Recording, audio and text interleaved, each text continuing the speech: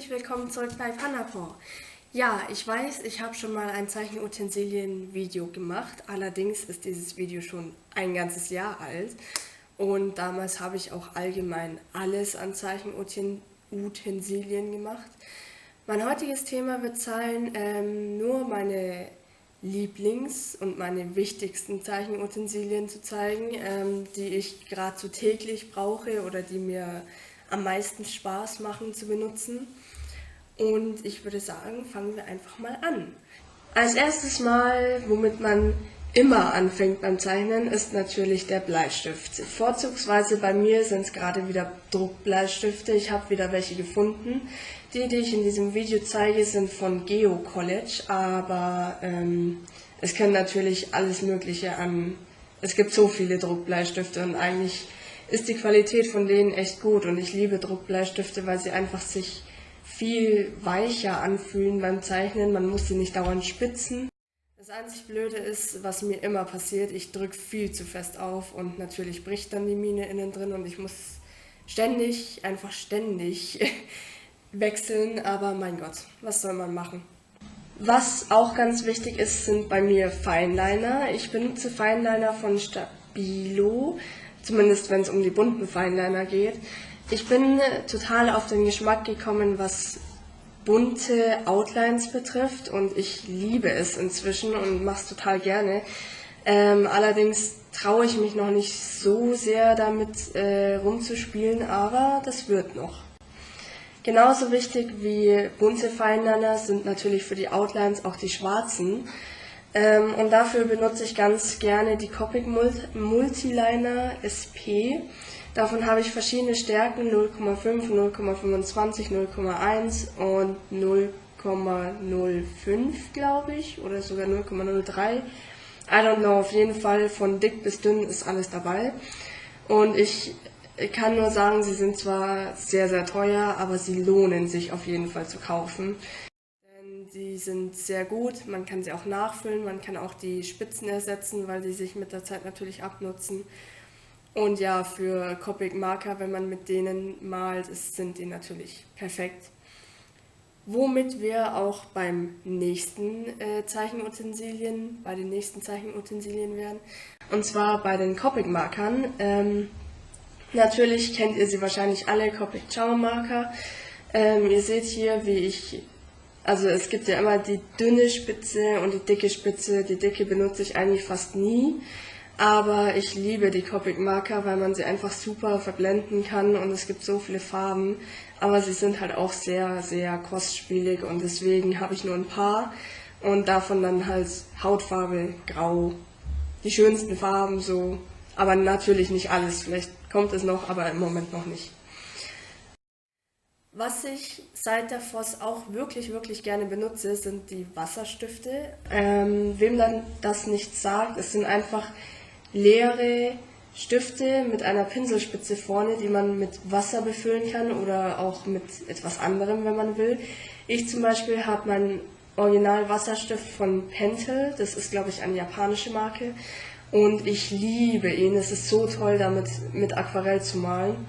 Man kann es einfach überall mit hinnehmen, mit Wasser befüllen und du brauchst kein Wasserglas mehr oder so. Und genauso dachte ich mir, kann man den Stift auch super mit Tusche befüllen. Habe ich dann auch gemacht. Ich habe mir einen leeren Wasserstift vom Bösner gekauft.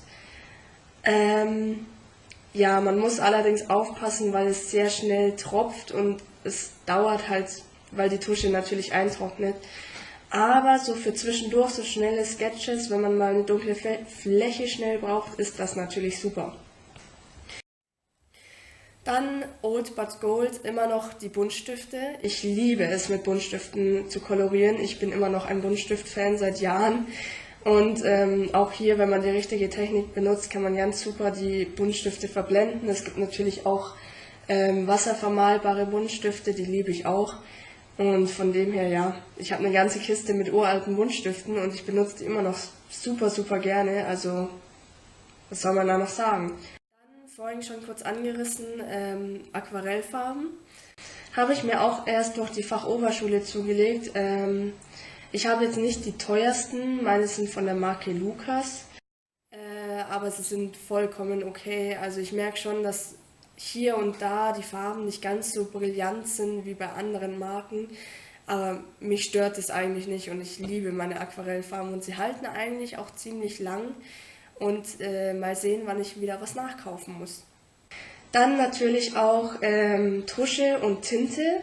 Meine Tinte ist von Winsor und Newton Ink und meine Tusche ist von Pelikan, so eine Schreibtusche.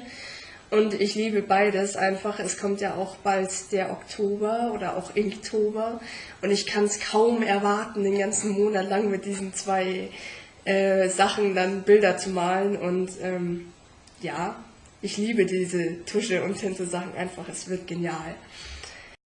Dann, was ich natürlich auch liebe, ist mein Zeichentablett. Ich habe es zum Geburtstag letztes Jahr, glaube ich, bekommen und meine Fähigkeiten am Zeichentablett am PC sind immer noch nicht super.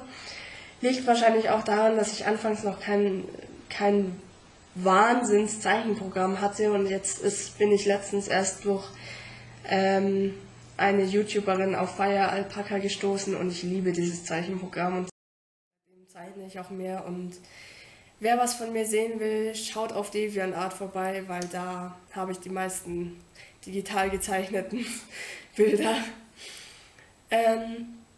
Was man natürlich auch nicht vergessen darf, ist das Papier. Ich habe Mixed Media Papier, was ich total gern für Aquarellfarbe benutze. Das, was ich gerade habe, ist von Canson. Aber es ist eigentlich gar nicht so optimal, weil es nicht so dick ist und sich relativ schnell auflöst.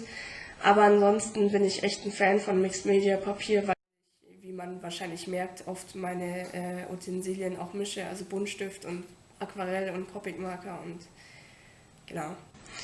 Dann natürlich, wenn man auch mit Copic-Marker viel arbeitet und gerade wenn man Manga zeichnet, ist Copic-Marker-Papier eigentlich kaum wegzudenken, weil es einfach das Papier ist für die Copic-Marker, wo es sicherlich nicht irgendwie, wie sich das jetzt Bleeding ausblutet und auch nicht durchgeht und von dem her kann ich euch nur wärmstens empfehlen, auch wenn es teuer ist, kauft euch das Copic-Marker-Papier.